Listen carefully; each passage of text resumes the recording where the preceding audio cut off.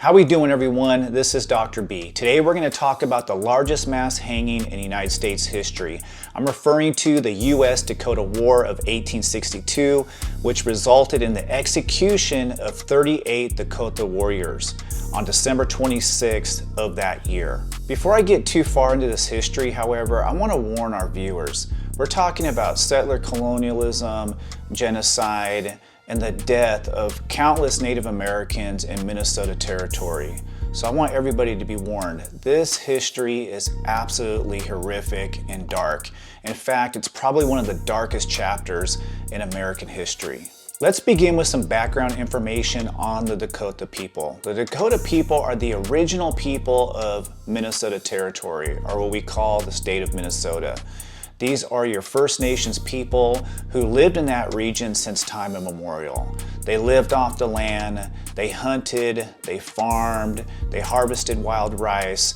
They are also part of the 7 Council Fires. The 7 Council Fires, also known as Oshete-Shakoan, are made up of 3 distinctive groups that are related through language and culture. We're talking about the Dakota, the Nakota, and the Lakota peoples. The focus of this history is dealing with the Dakota, also known as the Santee. The Santee Dakota peoples are some of the first to encounter U.S. settlers, mostly Germans, who are moving west of the Mississippi River. They're being told that this land is open territory for them to acquire. This is during the time of Manifest Destiny. The United States is looking to acquire indigenous territories that ultimately don't belong to them. So the Santee Dakota people are some of the first of the 7 Council Fires to sign treaties with the United States. With these treaties, the Santee people are giving up large tracts of land that eventually become the state of Minnesota. But in return, it was guaranteed in these treaties that the United States government would provide provisions, would provide food and shelter for the Santee people. That way they would be able to survive in this new climate, in this new era of U.S. domination. There are 2 major treaties signed in 1851 between the United States and the Santee Dakota peoples. Within the next decade, tens of thousands of U.S. settlers flood into Minnesota Territory, now occupying lands that once belonged to the Santee Dakota peoples. So by 1862, much of the land base has completely been eroded. You have, again, tens of thousands of settlers who are now occupying Santee Dakota territories. Also, in the year of 1862, a harsh winter hits. So by 1862, the Dakota peoples have lost much of their original land base. You have, again, thousands of settlers who've moved into their territory, basically killing off the game. There's this massive pressure also to assimilate, to adopt Christianity. To make matters worse, the United States government is engaged in a civil war, so much of their resources are going to the Civil War. So all these annuities, all these resources that are promised to the Santee people are not being delivered. Also, in 1862, there is a crop failure. So Santee people are literally starving to death. The leaders of the Dakota peoples go to the federal government and say, hey, you have promised us in these treaties to provide food, shelter, all the things that we need for survival, and basically they're rebuffed. There's one Indian agent who even goes so far to tell the leaders of the Dakota people that you can go and eat grass. As a result, violence breaks out. On August 17th, 1862, 4 young Dakota men kill 5 white settlers in Meeker County. These young men go back to their people and ask for protection. As a result, the Dakota people, they meet and they ask one of the most important leaders of this time, Little Crow, to lead them in a resistance against the United States government and white settlers who've completely taken over their territory, who basically told them that they can starve to death. Now, Little Crow, he wants to live in peace, but he also understands that his people are starving. So he reluctantly agrees to go to war against the United States government in an effort to save his people from starvation. So the Dakota leaders, including Little Crow, again, they agree to go to war against the United States. This is a war for survival. Again, these people are starving to death. And we're talking about a brutal settler war. Over 600 settlers are killed in the process. This war rages for about 6 weeks. During this time, that same Indian agent who told the Dakota people that they could eat grass is eventually found dead with a mouth full of grass.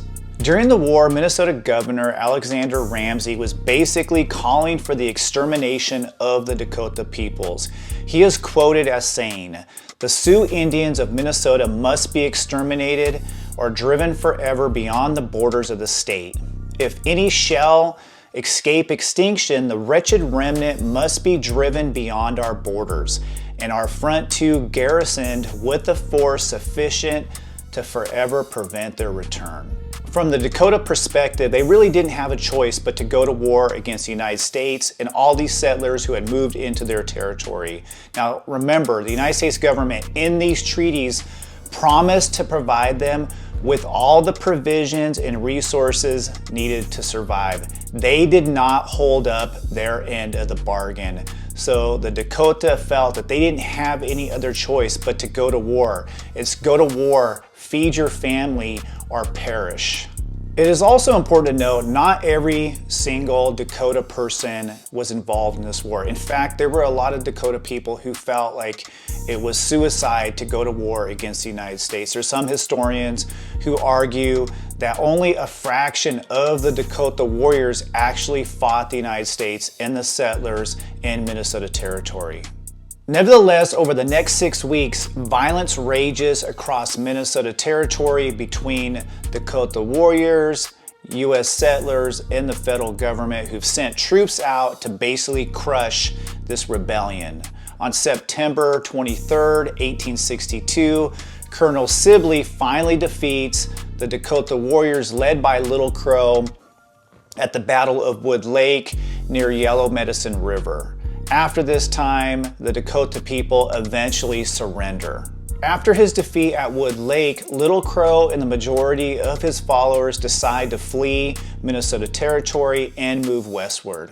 By the end of the war, nearly 1,000 U.S. settlers and American soldiers are killed. Also, it's unknown just how many Dakota people are killed during this 6 weeks of violence. Now that the war is over, European settlers and the United States government wants revenge.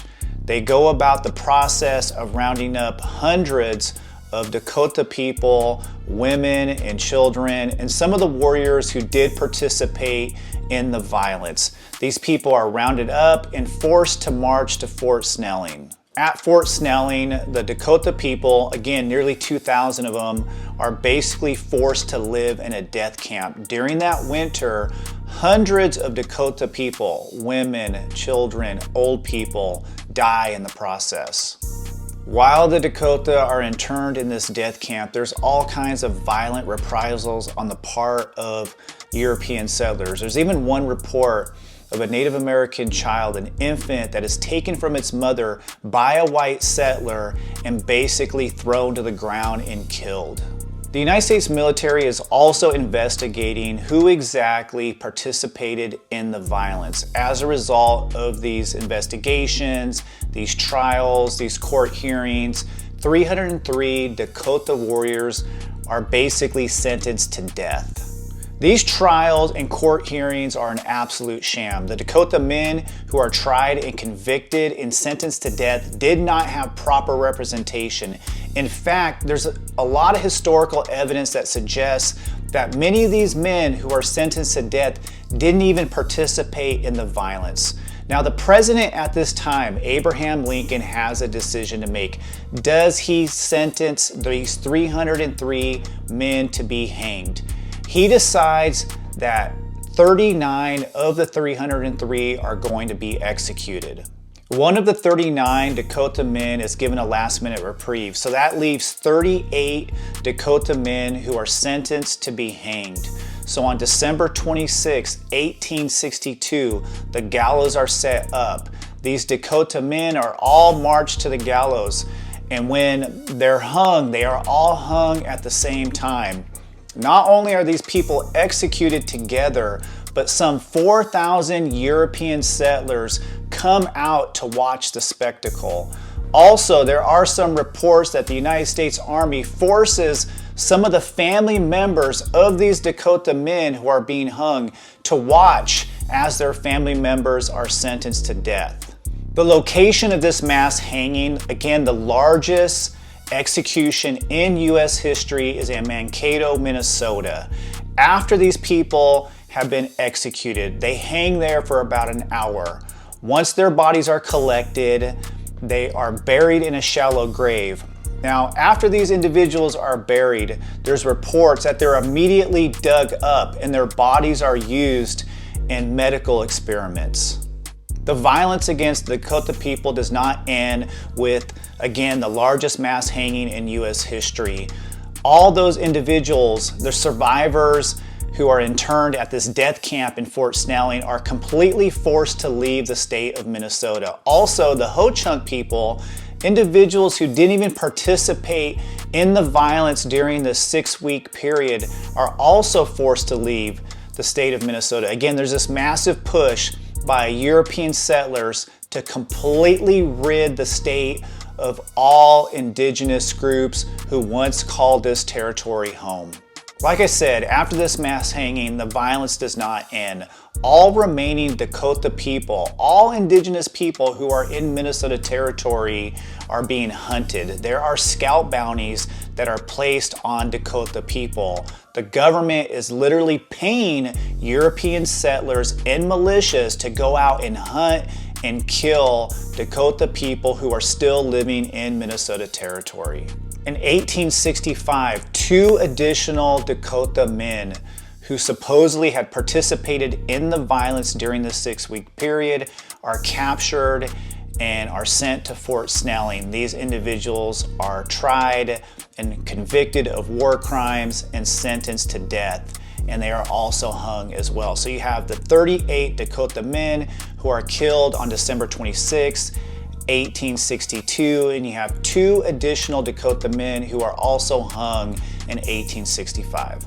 So whatever happened to the Dakota leader, Little Crow? Remember, he moved westward after the violence had ended. Well, in 1863, he decided to return to his homeland, and on July 3rd, he was killed by European settlers. His scalp was taken, and there's also evidence that his body was badly mutilated.